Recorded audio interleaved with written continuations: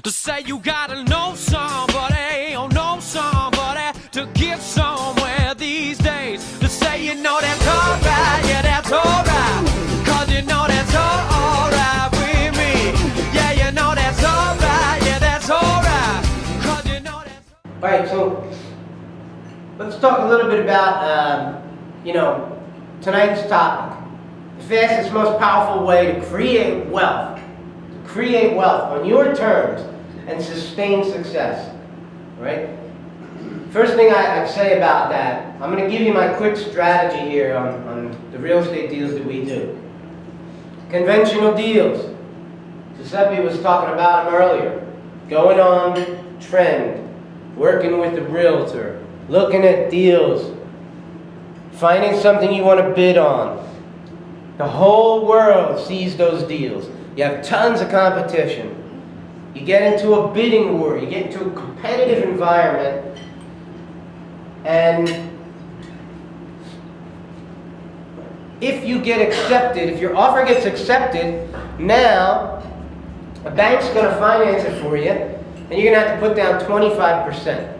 Well, I've bought many houses that way, so I'm not knocking people who do that. In fact, beginners always start that way. But I'm here to tell you that the people who are real pros in this business, conventional deals are dead. We do not do conventional deals. Very rarely do we do them. Very rarely do we do them. So these conventional deals, they just have too many things wrong with them. Okay? You can occasionally find a good deal that way. Every once in a while I'll buy an REO, or I'll pick up a short sale or something. But that is not, it's more like the secondary strategy I have, if I happen to find something. Somebody called me the other day about a deal in Florida. I'm actually looking to get like a single family home down there, because I'm going to be living down there in the future. And somebody brought me a deal. It's a $160,000 house, and it looks pretty nice. It's 4 bedrooms and great neighborhood with a pool and everything else. It's like a short sale. So I told the realtor who brought it to me. I told him to put in a bid, but he's not going to get a lot. He's not going to make a lot of money off of me. I'll occasionally do a deal like that, but those deals pretty much are dead to me. Okay. The biggest problem with that strategy is that the banks are making you put up 25% of the money, 30% of the money, whatever their deal is at that time. And sooner or later you're going to run out of cash. Okay, you're going to run out of cash. And when I tell people I buy houses with none of my own money, sometimes it almost comes off like a brag. Like I say, see that house I just bought for $1.1 million? I bought that with none of my own money. But it's not that I'm bragging. You have to buy them with none of your own money if you want to buy them in the quantities required to achieve $12 million portfolio, right? Now, right now, I'm moving at a pace somewhere between 4 and 6 million a year. I'm moving at a pace. When I say that, I'm meaning that I'm buying them and I'm keeping them. And that's my goal. That's my strategy. That's what I'm trying to do. I'll tell you a little bit more about the other deals I got going on down there in Florida now. But I can't buy that kind of real estate if I'm putting out 25%. I don't have that kind of money. I don't have $1 million just laying around. And if I did, I'd be out of money in less than a year. Okay, so at the pace I'm moving. So if you really want to be a successful real estate investor, if you really want to achieve something monumental, you've got to learn how to do it with none of your own money.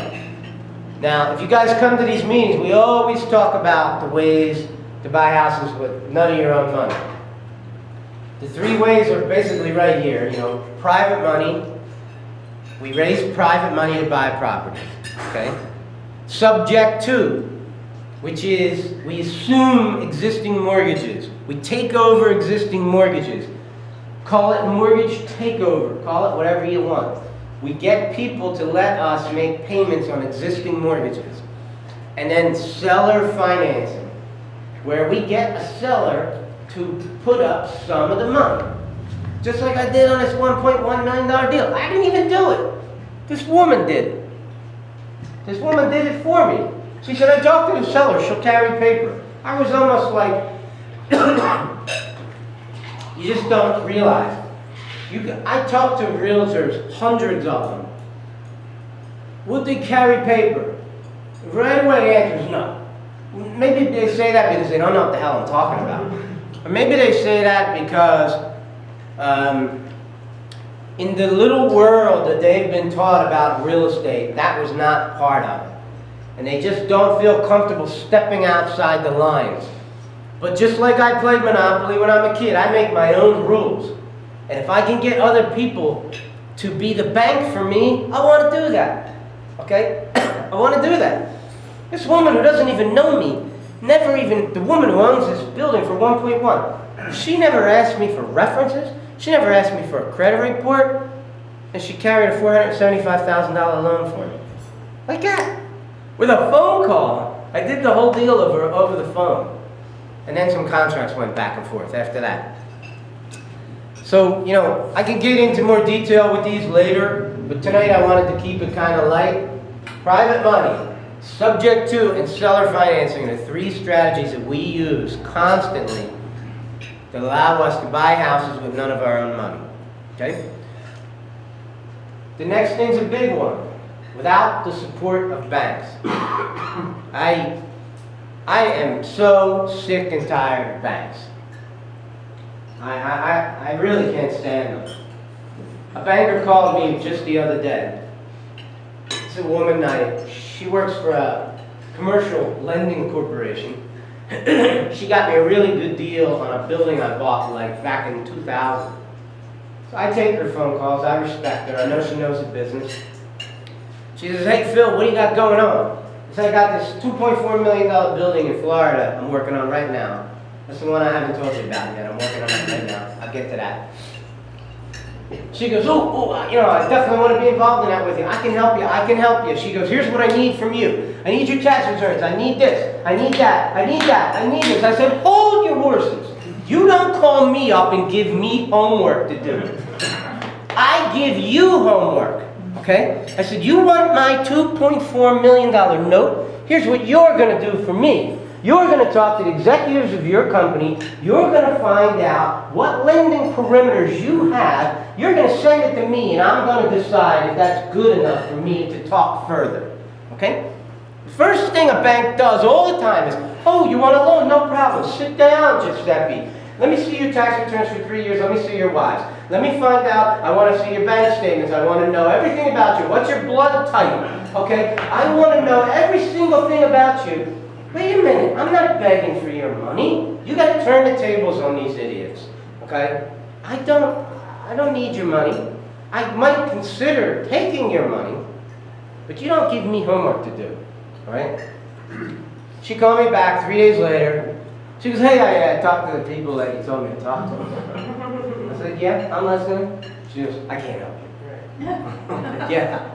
Now, I don't mean to be a hard ass with her, but I've been through that circle of fire 50 times already.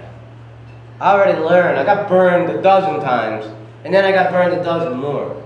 Okay? And now I'm finally smart, and I tell these people what they need to hear.